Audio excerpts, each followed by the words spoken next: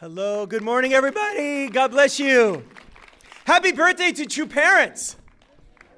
Yeah, that's fantastic. Today we're celebrating, of course, the birthday of two significant individuals, our Father Moon and Mother Moon. And it's appropriate that we celebrate their birthdays together because their contribution is one.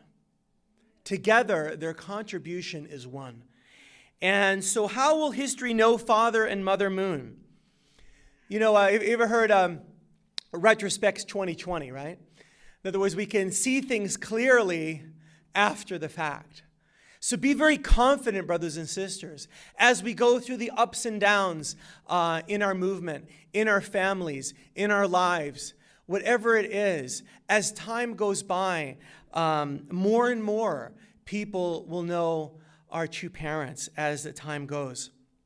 And so he's going to be known for all the things, they're going to be known for all the things they did. And now in the video, you can see, I mean, I've seen, you know, we've all seen kind of versions of this type of video. And as I see Yankee Stadium and all these different kind of, you know, watershed landmark events that went on throughout, you know, the last couple decades, I think everyone can see that he's way more than just a religious leader. I mean, God cannot be pigeonholed in just a small bandwidth. It's amazing to me, you know, even in the 50s, when Father Moon was in a very challenging time in his worldwide historical providential ministry. He wanted to develop machine tools. I mean, if I can't imagine being anywhere near in the role that Father Moon was in at that time, but he used to run like hours and hours and hours of running to get to a machine tool company to learn how they do the machine tool business, and then run hours and hours and hours back and keep his ministry going. You know, and you know, it's common knowledge that if you want to be an expert at something, you got to focus. And I think Father and Mother Moon, they're the ones that are the exception to the rule, right? I mean, they did everything. My very good friend and colleague, he came today here, Brian Saunders, and he shared some amazing stories. He's got some incredible stories being with Father. And one of which, you know, he always asks Father, should I do this or this next? And what do you think Father said? Do it all, right? Do it both. Do everything. I mean, that is the kind of, you know, that's his nature, right? I heard someone played ping pong, you know, with Father late at night, and Father lost the game. So what do you think Father Moon did? Said, do it again. And then you know what he told me? Don't you let me win. Don't you let me win. Well, they went all the way to breakfast, and Father never won, and they had to continue their day. But, you know... And every time he said, don't you let me win, right? So, but, you know, Father does everything. Yeah, he's just really extraordinary person. And, you know, there's a lot of, when I think about Father's life and, you know, I just, at the same time, I think a lot of joy and a lot of tears at once. Brothers and sisters, I want to share with you today what I feel is a modern day parable. How many people here have seen the movie Bridge of Spies? Anybody? Raise your hands. Bridge of Spies. It's on iTunes now. I really recommend to see this movie, Bridge of Spies. When I saw this movie, I was floored. It's a Tom Hanks, Steven Spielberg film. And the reason why I feel it's a parable, in a way, in its own way, in its own capacity, it's a parable in many ways to something very messianic. What happened was, it was in the 1950s when the Cold War was really ramping up quite strongly. And what happened was, in America, there was a spy. And the spy was caught. And so, this, you know, that was... you know, this is like in the time where information may lead to a like a nuclear war. It was pretty serious. And so when the country found out, it was, front page papers. But, there were people that believe that, we need to show even our own enemy who we really are. And we're going to give this spy due process in court. In other words, we're going to give him a defense attorney.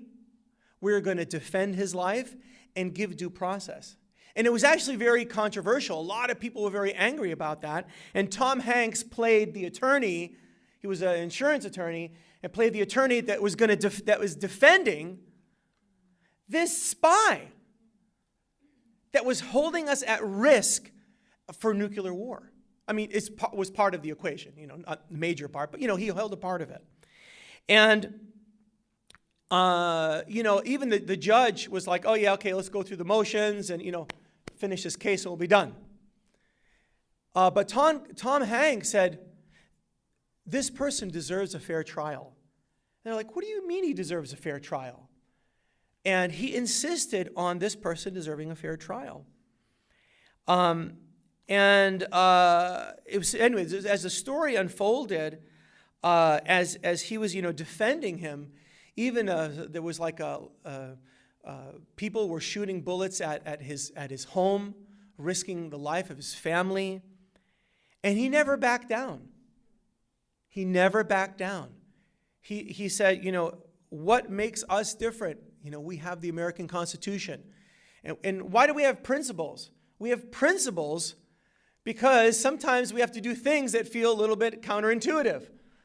Therefore, we have principles and laws and things we aspire to. And so he made an incredible relationship with this spy. And eventually, he really convinced the judge. He said, you never know. Everyone wanted to put him in the electric chair, kill him, like dispense of this guy, get rid of him for the sins he's committed. And what happened was that he actually convinced the judge. He said, he was trying to do everything he could, but he said, Judge, in the future, they may have one of ours. And we need him to, maybe do exchange. Well, incredibly, almost like prophetically, there was a U-2 plane. You remember when the U-2 plane got shot down? It was 70,000 feet in the air. And there was this gentleman, Lieutenant Jason, who fell into enemy territory. And lo and behold, we had each other's spies. So there was an idea to have because what happened was, the lawyer was successful. I mean, the spy was convicted as guilty, but he was successful not to put him in the electric chair, and he was in prison. And so then, the spy realized that this lawyer saved his life. Even though he was full of sin and, well, actually not treason because he wasn't an American citizen, but, to the effect the same thing. And so then Tom Hanks was asked to go at that time to the newly developed Eastern Europe, specifically East Germany, and go there and negotiate a swap. And I just thought it was incredible because here was this American citizen, he was a civilian, he wasn't a government personnel, but of course supported by the government, to go into another sovereignty, and be an advocate for somebody, to get them out of that sovereignty. And there was a scene where the spy, that was in America, and Tom Hanks was talking about someone that the spy knew, and about standing and being a standing man, And the spy realized that Tom Hanks was a standing man for him, who had every reason to be accused, every reason to be put in the electric chair, and this man was a standing man for him. I said it was like a parable because of this story of the standing man to free the U.S. pilot that was down from oppression in a sovereignty that was not his own. Living in America, we don't necessarily think about the idea of sovereignty, but in what it means to live under one sovereignty opposed to another. The reality is, though, even though we're under better circumstances today in the United States, we do also lack a sense of freedom spiritually. You know, on the outside, we look like we have freedom, but do we really? Because we also live under the sovereignty of an enemy as well. And that enemy wreaks havoc in our lives, and we become victims of selfishness, our body controlling our mind, love that ends up hurting and being painful.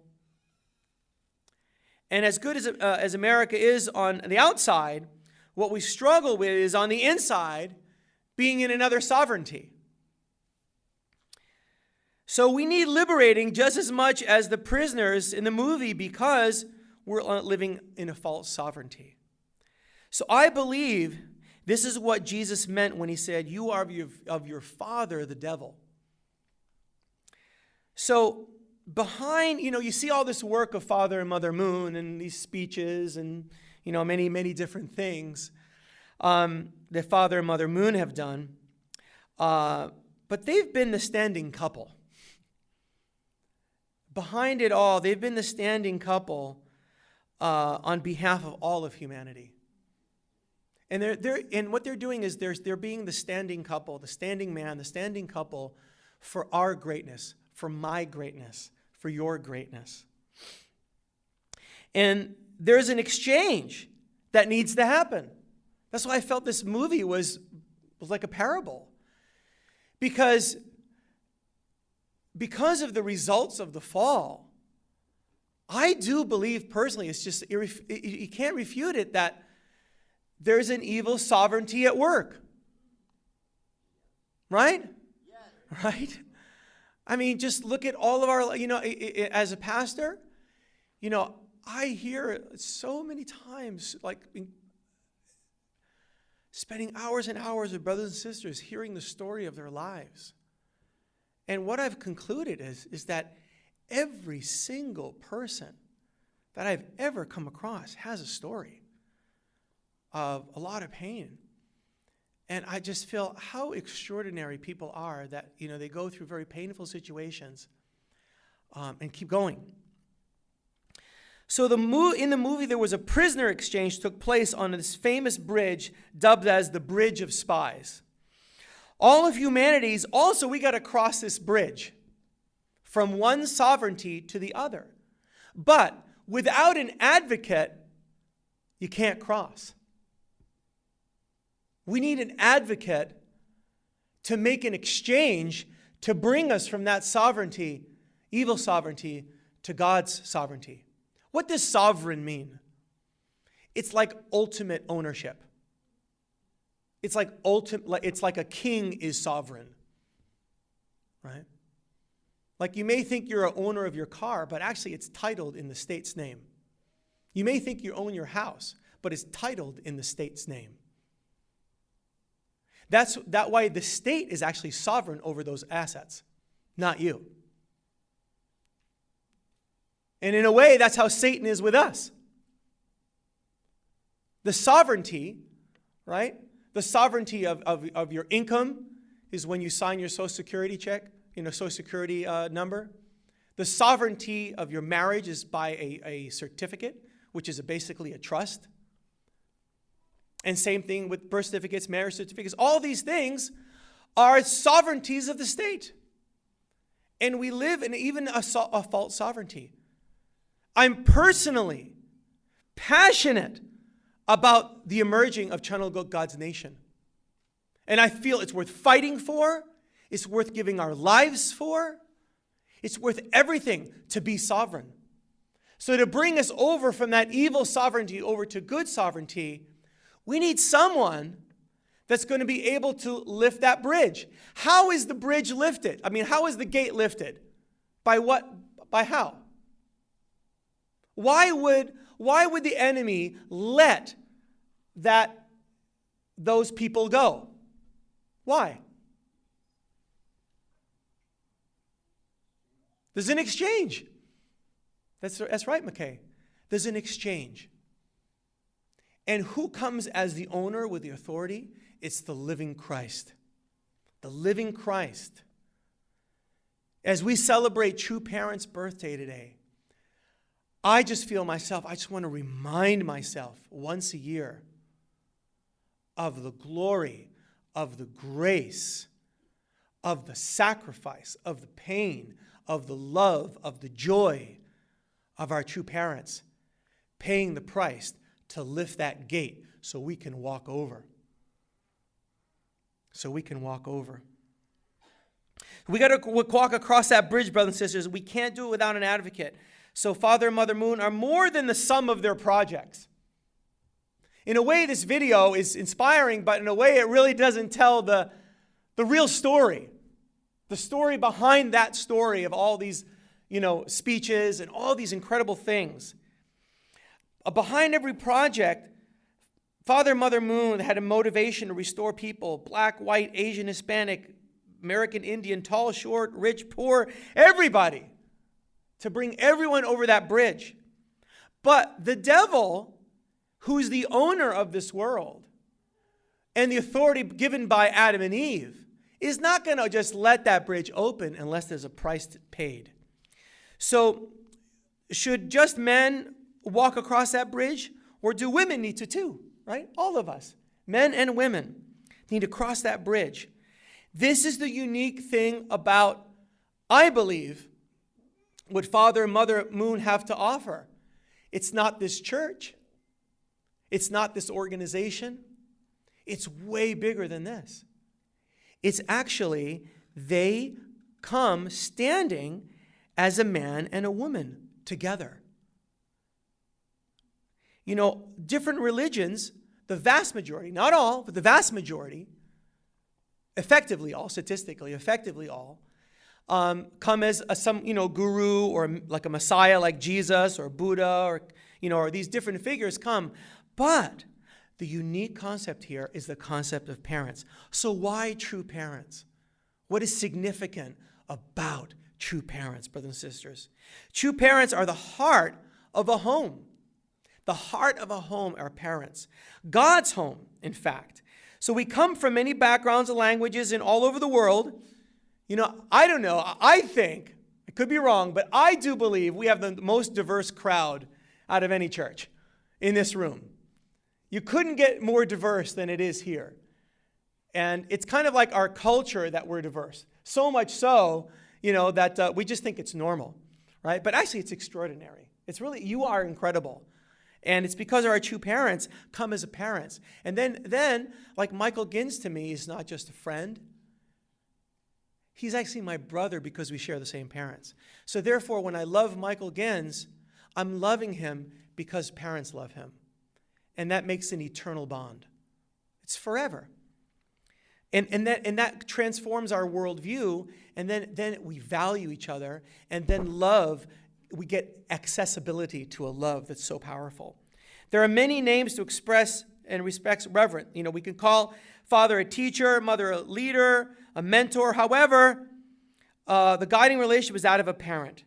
Reverend Sun Myung Moon and the founders is not just the founder of the unification movement. He really is. Its movement is just a tool. It's really, he comes in a parental role, which I'm going to talk about in a moment. And parents give new life and raise others to inherit the true love of God. And they give us a new understanding about the way living through the revelation through the divine principle. The divine principle, for those new here, is just an extraordinary revelation beyond any theological or human understanding that opens up a context to live in.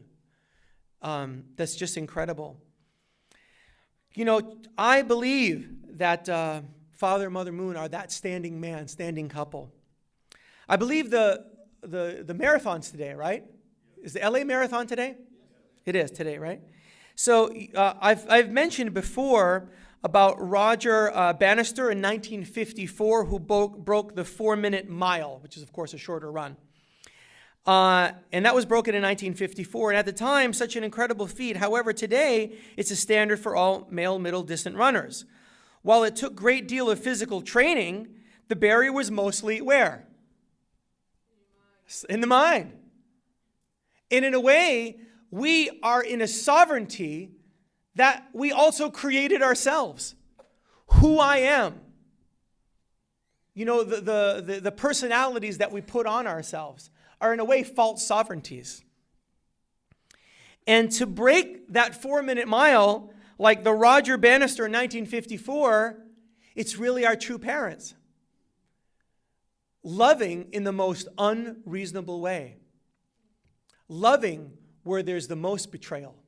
Loving where it's not only backstabbing, but front stabbing. I mean, isn't that the course of Father and Mother Moon?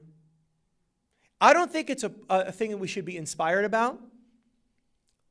I think I shared before one time, one of their eldest son, Hyojinim, asked, "Are you inspired about Father's course?" And we all said, "Yeah." And he goes, "I'm not, that's my dad." So it's not a source of inspiration in that sense, but at the same time, they loved, you know, if Satan was a betting man on us, which he is, he would bet we would fold when we get betrayed. We would fold when we were mistreated. We would fold when we did the right thing and got blamed for it. Isn't that Satan betting on that? I mean, that's what happened to Satan. But, you know, being an advocate is a very tough job. You have to sometimes have to be there for a person you even hate. Like you just, you know, this person that like hurt you. Like to be an advocate. You know, Donovan, which was played by, was the actor Hanks, didn't want to represent the spy. After all, he was a spy, an enemy to America. And because he was even defending this guy, even Americans shot at his house and almost hurt his daughter. To that degree.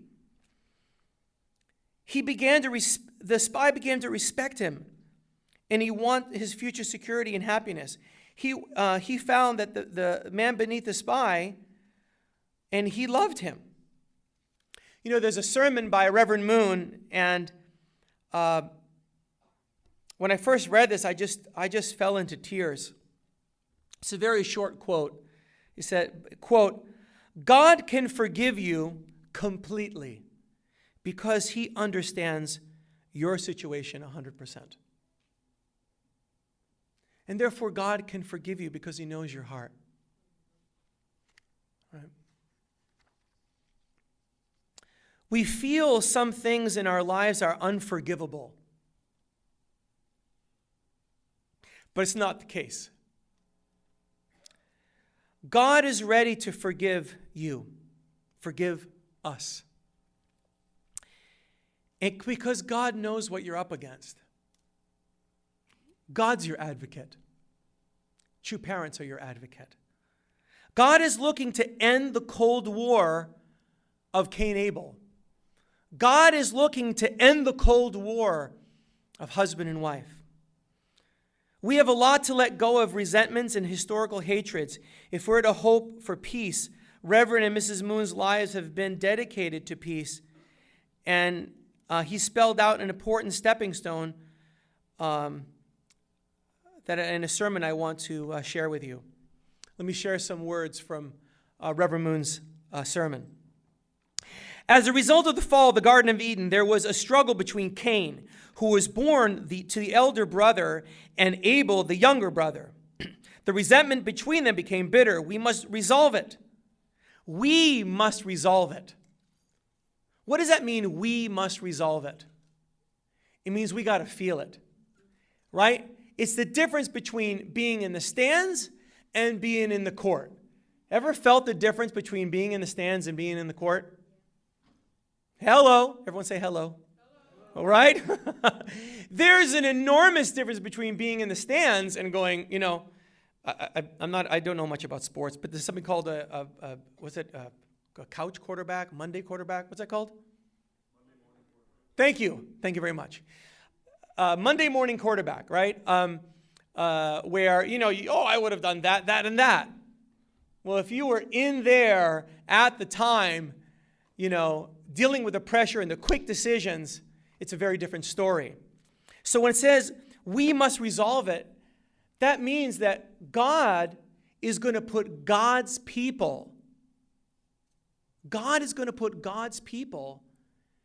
in very serious situations to overcome. Because when we overcome, we can create a clearing in the spiritual world and a clearing here on the physical world. And that's why God is asking good people to do these extraordinary things. I just watched the movie about Mr. Madoff. Do you know who he is? Stole $50 billion, lived in a lap of luxury. I was like, gosh, I'll take one iota of that, Like, how did this evil guy get away with so much? Of course, he was punished at the end. So we must resolve it. Otherwise, there's no way to find the parents.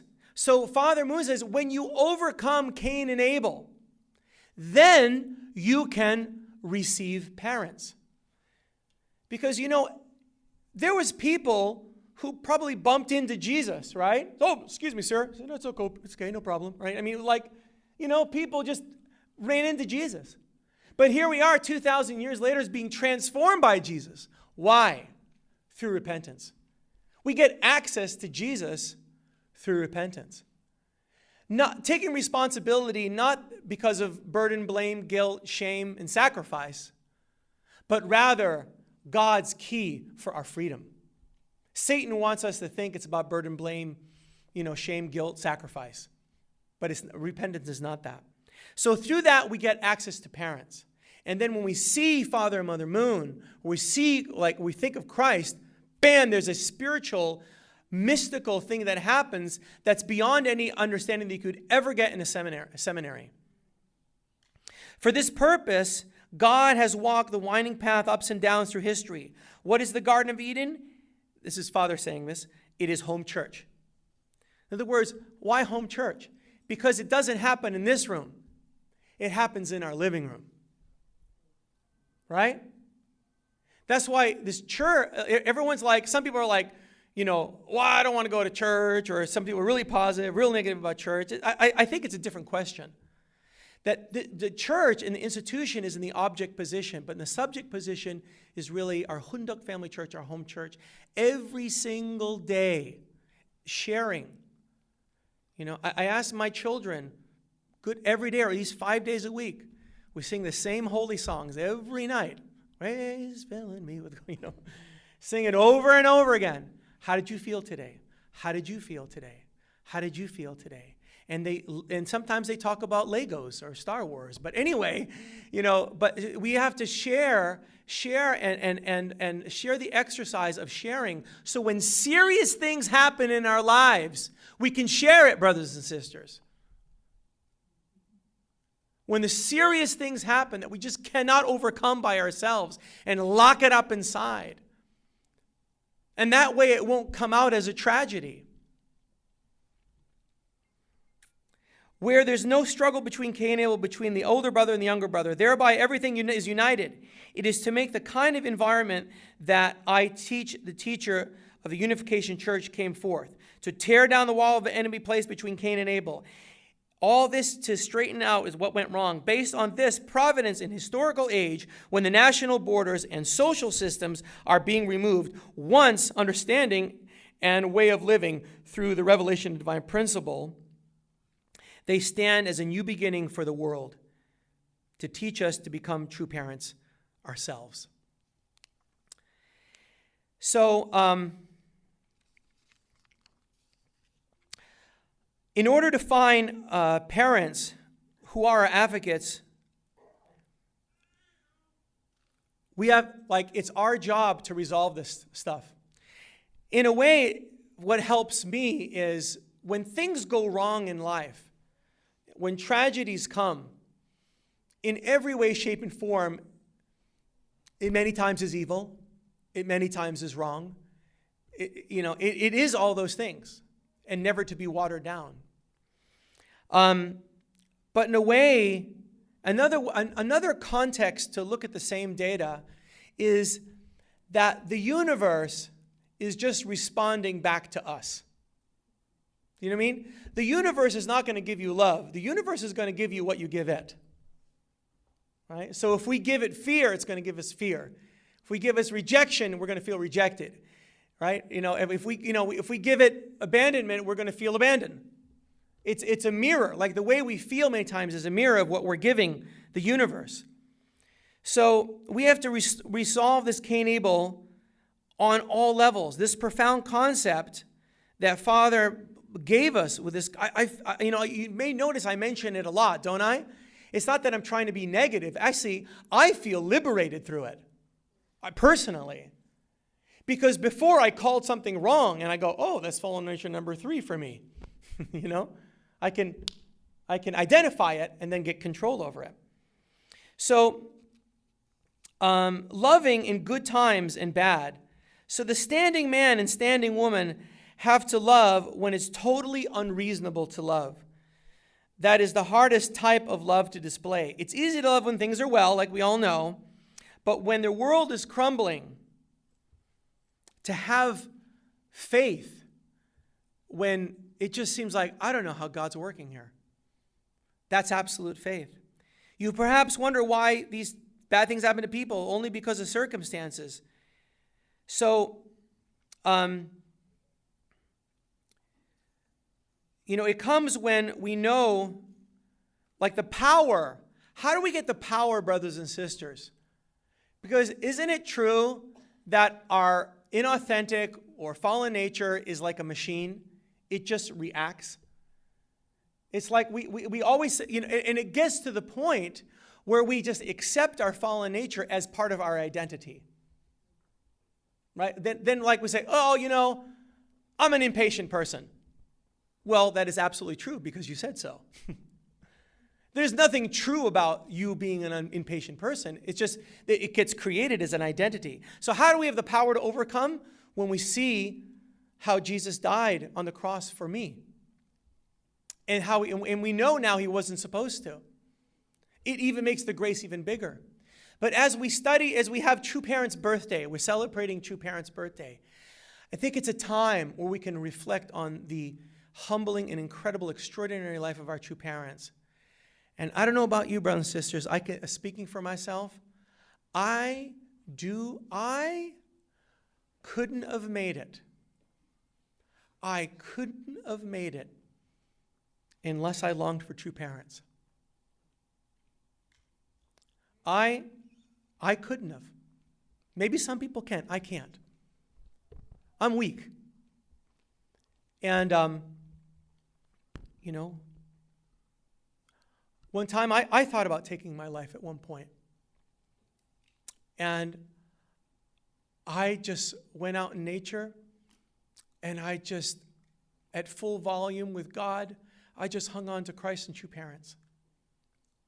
And I said, they made it, I'm going to make it. That's why True Parents are so. And when I did that, I literally felt a clearing happen. And my heart became at peace. Not that it was any easier, but I could handle it because I got strength from True Parents. And that's why, for me, True Parents are True Parents. I know it. Because when I thought about my life and I thought, every morning as I do pledge, every single morning, I pray now with my eyes open. And I look at picture of father and mother. And I look at mother right now as she is just, I'm just beside myself how we are treating our true mother. Father and mother's history is a history of rejection, a history of criticism, of a history of betrayal. And what do they always come back with? Love. There's no against energy in mother. Even right now she's being criticized. I've been 2 feet from mother. Because I always go to the leaders' meetings. I'm she's sitting there, I'm sitting right there. And I just see her cry, and I cry. and just encouraging us to share the marriage blessing with people. I personally never heard her once publicly say anything disparaging about people who had anything to say about her.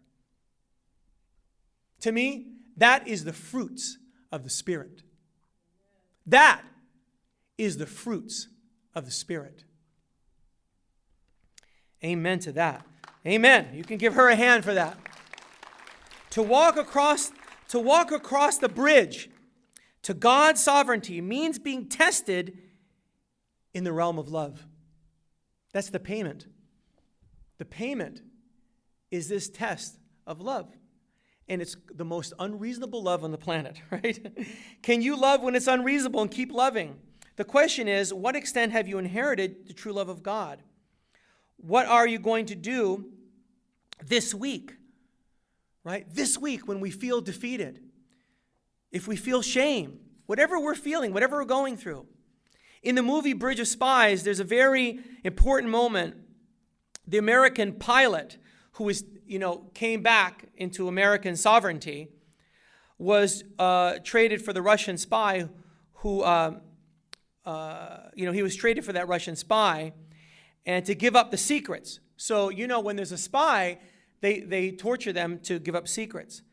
And on the plane, on the ride back, he felt a lot of shame. You could tell in the nonverbal communication. And he felt insecure, and everyone was giving him kind of like the cold shoulder, like you gave up your secrets. You betrayed it. You were one of us, and you gave up secrets. And it was presuming he betrayed his country. But the U.S. attorney, the standing man, sat down next to him, the pilot, and it was going through a struggle, and he said to him, "You know what you said." Without any judgment, he was saying, take responsibility for whatever you did, and don't worry about what others are saying about you. Don't worry. We know what we've said and done. We can't worry about judgments to others. So we have to stand as God's sons and daughters and take responsibility to forgive ourselves. To forgive ourselves. It's not, and don't collapse it with making excuses for ourselves. One of the reasons that makes this not a church to me and a family is that, can you imagine going to a party and have all your friends come, but your own children couldn't be there because your friends didn't want your kids there? Can you imagine? You have a big celebration, and your friends come and say, we can take care of this. Your kids, they don't need to be here. Every single one of our true parents' children and all of us need to go together. Whatever it takes. Whatever it takes. Right? All of us. Every one of us. Amen to that. I know some people don't like hearing it, but that's love. if Keith McCarthy and I were always at each other's throats. We just totally hate each other. No, just kidding. But if, let's say we were, which is impossible, because I adore Uncle Keith. If we were, if we were in a plane and a pilot says, okay, I'm heading down, you guys resolve your issues or otherwise I'm not pulling up. I think Keith and I would think of some pretty creative solutions really quick, don't you think? Right? When everything's on the line, you can think of solutions, believe you me, right?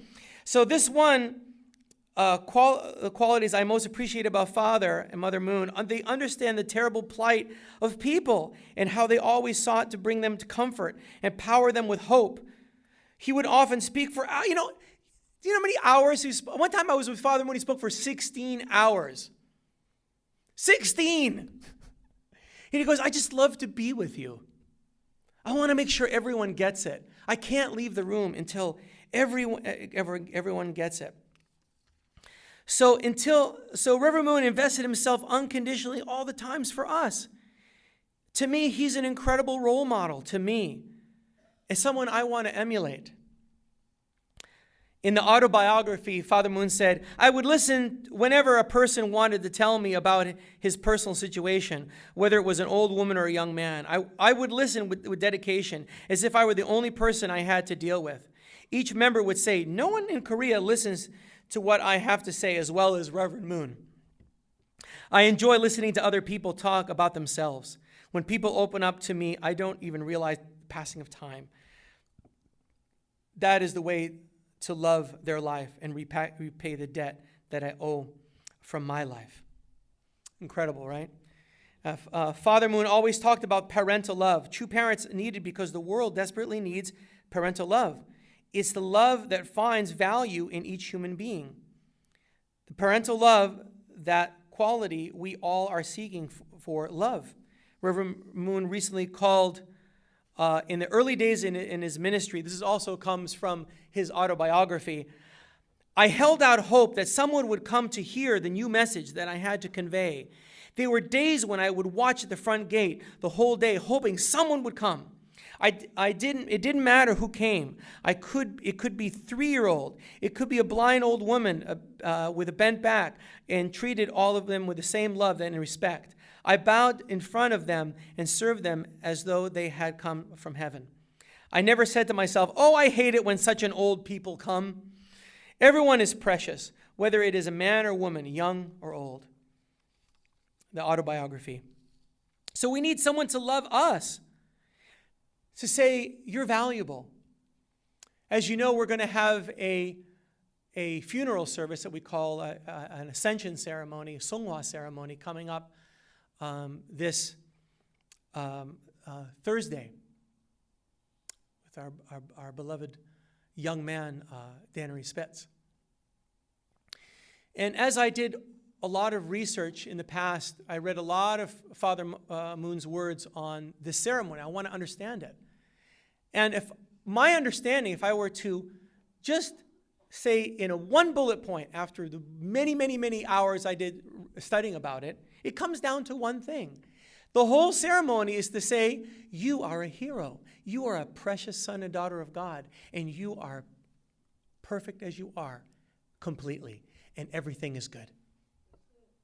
That's it, period. Amen to that. I can give a hand to that. Thank you, Auntie Katrine. Auntie Katrine, you are perfect. I think she was born at the age of 3 and bypassed the 3 great stages of growth. Auntie Katrine's amazing. We need someone to love us, right? Someone to advocate for us, to help us cross that bridge, right? The way have you noticed, Father said, who knows you better, God or you? It's kind of a trick question, right? He said, you know yourself better than God. He goes, you know why? He goes, I can prove that. Because if you find yourself angry in hell, God's going to look at you and go, what are you doing down there? Come up here. As the Father said. It's interesting, right? So this is like Father telling us, you're loved. The disenfranchised you feel, the shame you feel, everything you feel, yeah, we got to clean up the mess, but you're God's the son and daughter. If Father Moon were be with us today, he would encourage us to be that standing man and that standing woman for ourselves and each other. There are many important days. There's birthdays. Of course, Martin Luther King Day. Tomorrow's President's Day. You can buy a car at a discount. His President's Days, But Mother Moon's birthdays are because we are touched by them. I'm touched by them. So let's wish them a happy birthday today in the most amazing way every year and make this tradition for generations and generations to come. Since the fall, there's been no example of true parents. So true parents, even psychologists knows, the vast majority of problems we have is because of a disconnect between parents and children. Because we never had true parents. Right? So we got to kind of forgive ourselves, give ourselves a break, and just love. And now that we have true parents, we can look at the beacon of light. The beacon of life, father and mother. For me, I don't know why it's ever in question. For me, it's a no-brainer. Mother overcame all of Satan's attacks, especially from 1960 to 1968, when Mother had to overcome everything. All kinds of jealousy, Mother overcame. She stood quiet by Father. Who's listened the most to Father? And who shares everything? You know, if I tell someone, please don't share this with anyone, I can almost guarantee they're going to share it with their spouse, right? You know what I mean? If I say, don't share this with nobody, like, no problem, George, I'm not sharing with anybody. They're going to share it with their spouse. Do you think Father and Mother kind of talk once in a while at night before they went to bed? Maybe. Do you think maybe Mother knows Father's heart? I think so. Do you think after the investment of sacrifice, one minister acknowledged True Mother one time. He said, it's amazing. You are a true mother. You are the mother of mankind. You are amazing. And you know what Mother did? She just looked at him and didn't say a word. Her eyes became bloodshot, and she just cried without saying a word. Without saying a word. I think Mother knows the investment Mother made. She would want to ensure that the legacy of true parents was unshakable. This is from Father 1957 speech. God is near you.